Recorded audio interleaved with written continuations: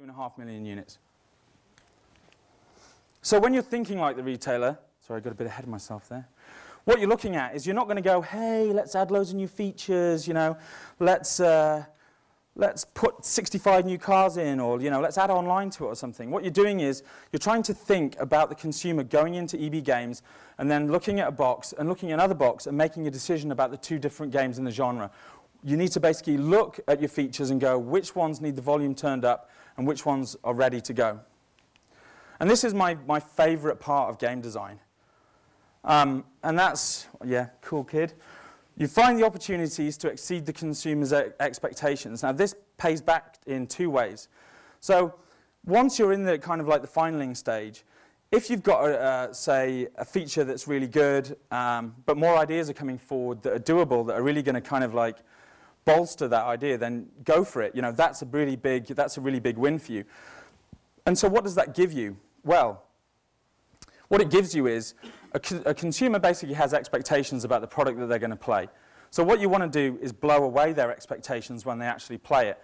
And so what you're doing by that is you're building loyalty on your brand. And the reason why that happens is because when they played the product and it wasn't exactly what they thought it was, but it was way cooler, it means that when they hear about the sequel coming out or another product coming out from that studio, they're going to be like, they're going to start fantasizing about how good the game's going to be. And they're going to do marketing for you. Assist marketing. Really, this should be done all the way through the project. Some companies have really good marketing departments, others don't. The one thing I would say about this, because I'm not going to go into too much detail on this, one thing I would say about this is marketing should be involved all the way through the product, basically. And I'm not saying that they should be like, oh, we need pink elephants to sell this game or something like that. And that's the problem that you might have at the end of a project if you don't basically communicate with them. What you want to make sure is that you're all on the same page all the way through the product, and then when they turn up at the end of the product, the things that they're requesting you've already thought about because they're thinking like the retailer. And champion the game. This is really, really important. Now, basically, we're talking about the vision keeper, but it's also important to nurture champions for the game. And again, this in the old school kind of methodology, the champion was kind of one guy, you know, I'm the guy that has all the ideas, everyone back off. That's not a good way to do stuff. I think the championing the game needs to be a number of different people, essentially. It needs to be the people that have favorite parts of the game, and they're not basically being marketeers. They're not talking about the game globally, but they're talking about what really excites them. And for example, if they go to E3, or they're interviewed by someone, or they write something for IGN or GameSpot, they're talking about what excites them. And that means that gamers are going to look at that, they're going to empathize with the person writing the article, and it's going to draw them in. So, key attributes. I'm not going to go through these. These are basically things that I would look for in a game designer and anyone joining our team, essentially.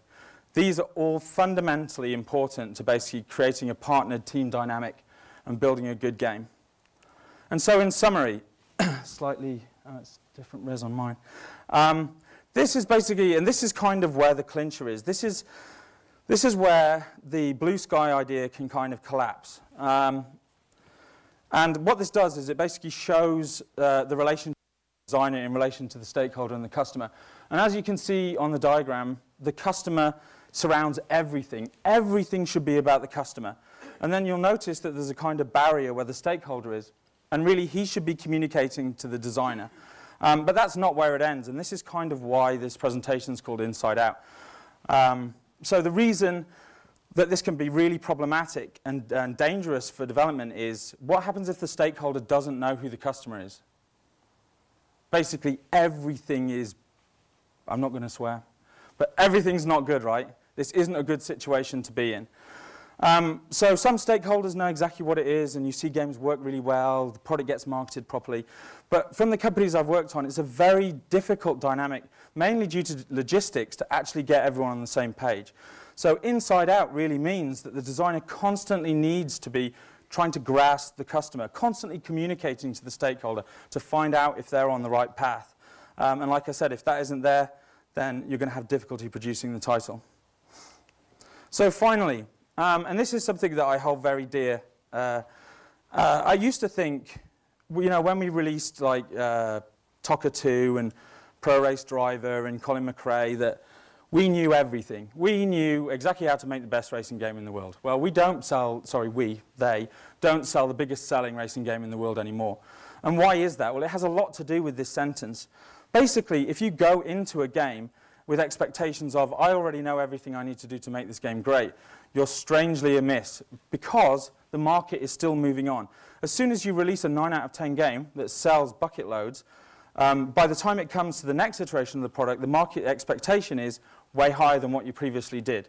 So the big thing for me, and the thing I hold very dear, is it's not what we know that makes us good designers. It's about how we go about learning and implementing what we don't. And I'll leave that with you. And thank you very much for listening. Any questions?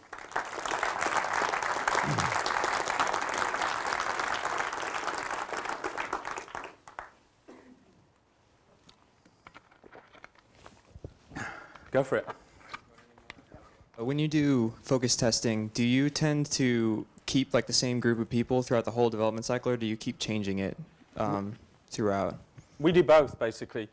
It's very important. I mean, okay, again, this is slightly political. A good reason for basically having the same group is to show how the product is trending. And so if you have a disconnect with your stakeholder, and they think that perhaps the product isn't meeting the expectations they require, you can prove to them quite quickly that it is. The problem with bringing back focus testers again and again is that they get used to the product and they can't see the wood for the trees, much like the developers in some cases. And yes, we also bring in fresh groups as often as we can, but we tend to cycle between the two. You were saying earlier that you get everyone together, make sure everyone's on the same page, so when they get interviewed, they're very happy with the game and so forth and so forth. What would you do if someone wasn't happy? I mean, like it just seems like if they were going through this game and so forth, and they just don't like it halfway through, but they're still on the team. Yep, that's an awesome question. That happens on every single team. There are a number of reasons for that, basically. It can be, well, first of all, it requires an element of nurturing and an element of understanding of where that person is. You know, the first thing you want to kind of like delve into is the person happy in their environment? You know, more often than not, they basically feel like they're not being heard. And there's nothing worse than seeing a group of people. It's like having cliques in the school playground, right? You want to be with the cool guys and you're over in the corner or something. And sometimes that can manifest itself and become negative. There are situations, however, where you might create a feature and someone who's close to it, or maybe not close to it, isn't comfortable with the fact that it's going to work or that we're going to be able to do it on time. And it's at those points that you really need to actually get that person, get the specialist in and actually talk it through. Because more often than not, you're going to end up with that person and that group solving an issue that would have arrived at a later date. There are other instances, however, where you have a member on the team who just doesn't get the game you're trying to make. So let's say, for example, your remit from the stakeholder is that you're going to make a very accessible, for want of a better word, casual game.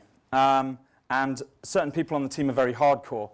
And they're basically, well, I don't like this, you know. And unfortunately, we're a business, and we're here to make money, and we're here to provide the service for the customer. And the matter of fact situation becomes, well, we're not making the game for ourselves. I was just thinking about how you said bring in the technical specialists.